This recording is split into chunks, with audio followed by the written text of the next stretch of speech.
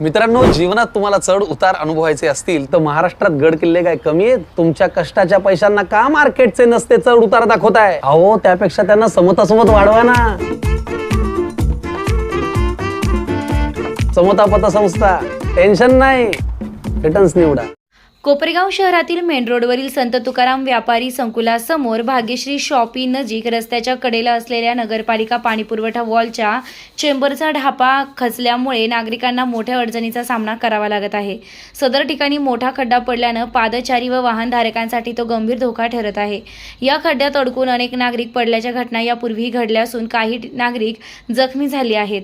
आज दुपारी 12:30च्या सुमारास या खड्ड्यात एक वयस्कर महिला पडल्याची घटना घडली.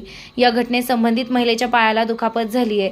सदर वॉलचा ढापा खाली खचल्यामुळे रस्त्यावरून ये जा करणाऱ्या नागरिकांना तो स्पष्टपणे दिसत नाही.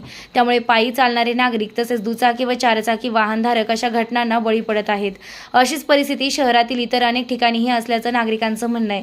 या प्रकारामुळे नागरिकांमध्ये संताप व्यक्त होत असून भविष्यातील अपघात टाळण्यासाठी नगरपालिका प्रशासनानं तात्काळ दखल घ्यावी अशी मागणी होत आहे.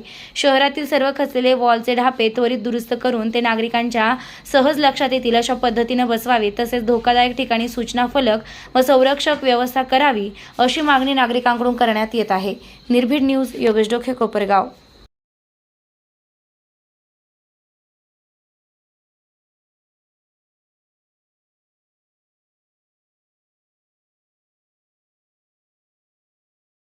कोपरगावकरांसाठी एक सुवर्ण संधी.